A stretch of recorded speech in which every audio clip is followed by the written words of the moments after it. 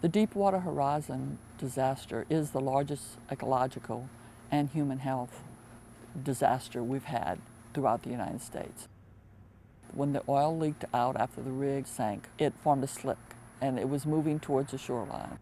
To reduce how much of the oil made it to shore, BP adopted applying dispersants, which moved it from a slick into the entire water column. The health symptoms that are occurring right now and have occurred since right after the spill are severe headaches, nausea, respiratory problems, burning eyes, burning nose. People with asthma have asthma attacks and just upper respiratory impacts. On one day, there were 11 of the fishery workers that were out that had to be brought in and sent to the hospital. The majority of chemicals in the material safety data sheet that goes with the dispersant are proprietary. So they couldn't tell the medical staff, this is what I've been in contact with. And the supervisors couldn't tell the medical staff what they had come in contact with.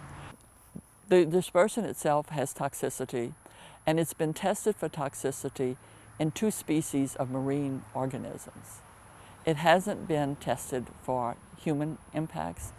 We're looking at something that has impacted the majority of the Gulf of Mexico, and the people on shore, the fishing communities, are having to live and live and live with the resulting negative impacts.